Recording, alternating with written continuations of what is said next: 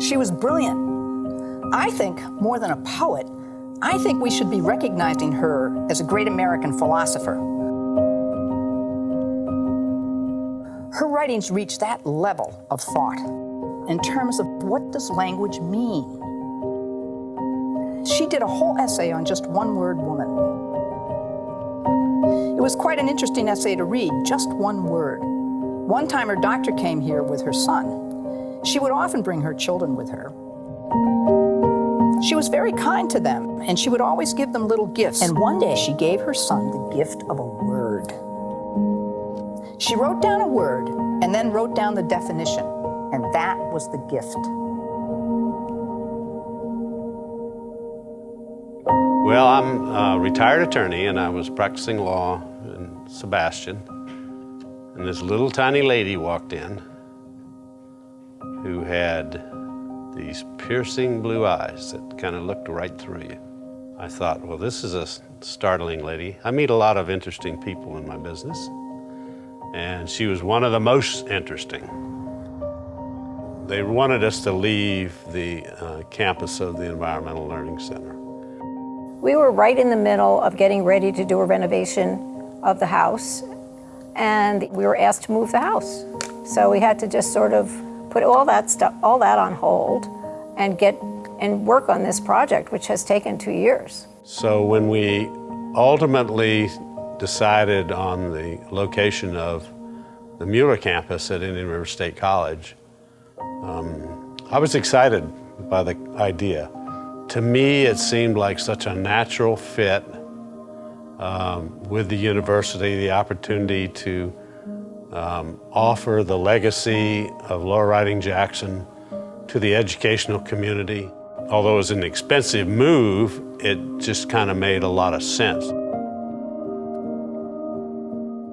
There were so many moving parts. When you move a building, when you're in hurricane season, which we were trying to avoid by doing it in May, and there were just a variety of things that didn't all come together as we thought they would. So we just learned that word, patience, and it was an unusual project. It was something that Proctor Construction had never done anything like, I believe, they told us.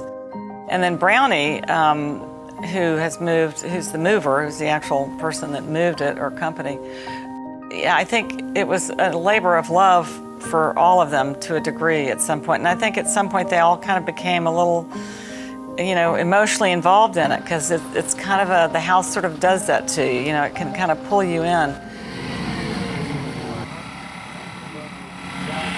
The house is going to be broken into 5 different sections. You can take a walk around in a minute. Obviously the pole barn has to come out first before we can get to the house. As you can see up in the second story, the attic space, so-called, we've got our 2x12 supports across all trusses. I-beam's going to be slid through those 2 windows to lift up the roof, 4-point load. We'll lift that thing right off, right at the joint where the gable lane kind of comes right across. You see the overlap of the board right at the window sill. That's where it all comes apart. We've already got this side supported. You can see the 2 I-beams holding up here. Did they make all the cuts on all 3 walls? Yeah, everything except for the bottom. He's going to get up underneath it once he supports it, then they'll... Okay, so he's done the walls, the roof, no bottom. The bottom, yeah. Gotcha.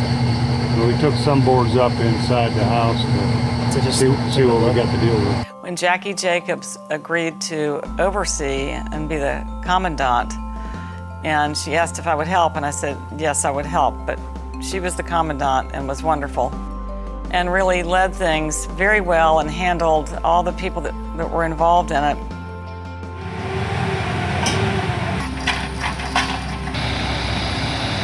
Each beam that sticks out of the window is 1,200 pounds, plus the weight of the roof. I think we're looking at close to 5,000 or 6,000 pounds. He's got enough pressure to rip the roof right off. Yeah, exactly. It's like us jacking a big house, all right? If it's tied back down, and they go, oh, you won't do that. We'll rip the footings and all that. Yeah, we've done that.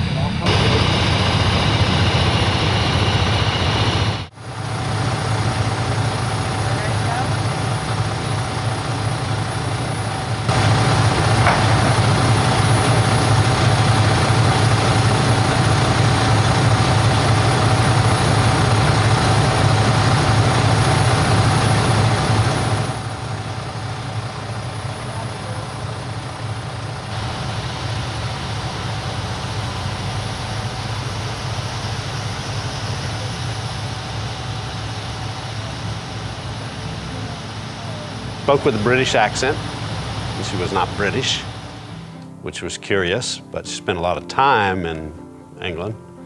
So anyway, she came in to see me about preparing her will. So I did her will and got involved with her. And she lived not too far from where my office was. She lived in Wabasso at the time. And so as her health declined, I would spend time going out to see her. And I didn't know who she was or anything until I met her biographer, Peggy Friedman. And then Peggy started telling me some things about her, and so as I learned more and more, it became more interesting. And as I actually ended up paying her bills towards the end of her life and managed her money for her as trustee of her trust.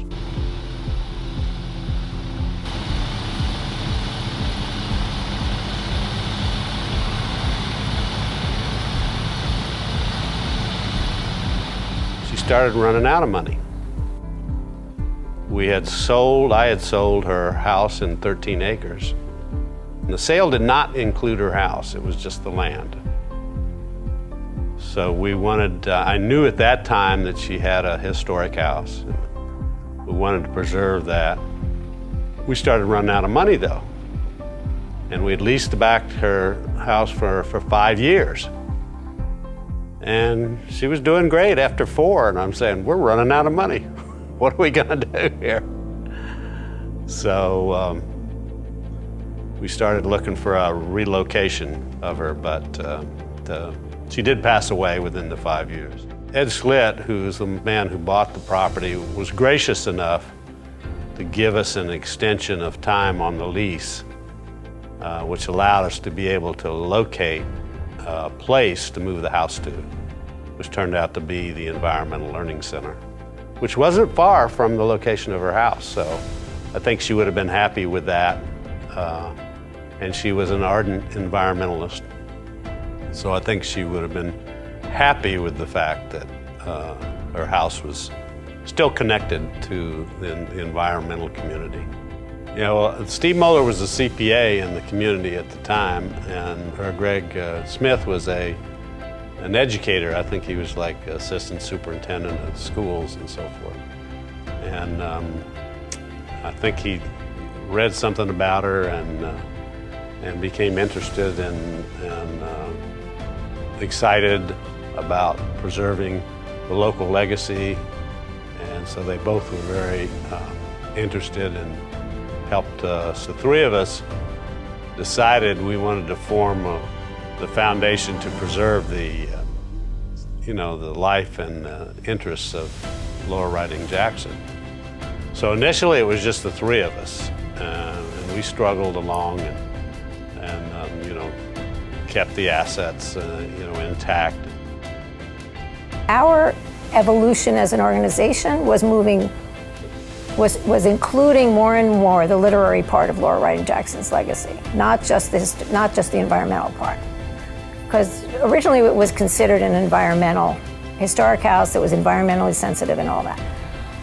But over the years, the literary part became more and more a part of it, and the teaching through teen writers and even the adult writers workshops, the camp, we were doing more and more teaching. So when Casey Lunsford, who was the provost of the Moeller campus of Indian River State College, came forward and said, we'd like to have you here, we thought, the more we thought about it, the more that's the perfect place.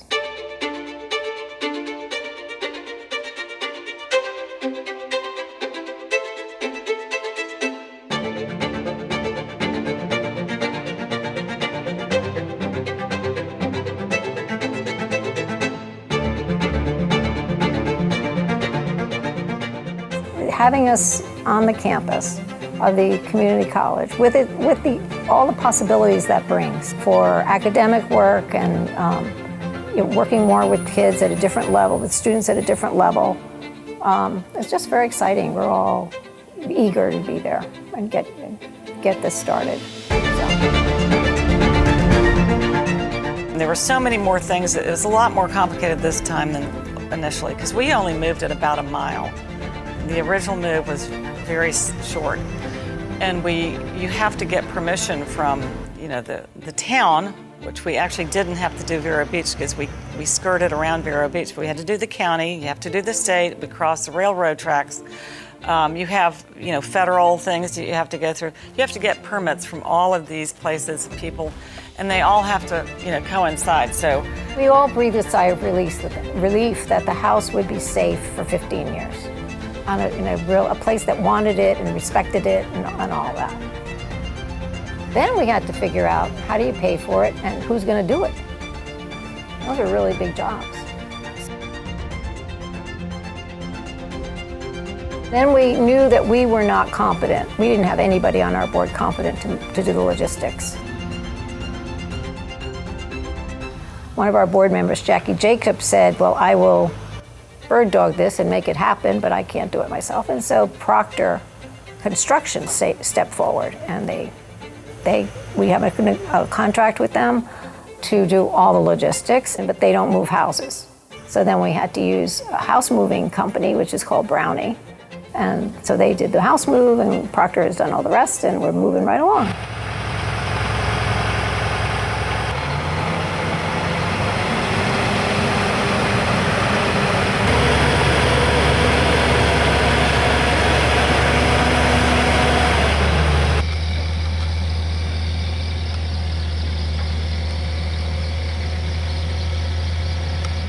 That's why the engineers need my sticker, okay? Engineers built the Titanic, but Noah built the Ark. you can quote that one. We're excited to have the house finally here on campus. It's been a lot of planning by the foundation, the Laura Wright and Jackson group, as well as the college engineers working together. I'll be even more excited when the house is finally in its final resting spot.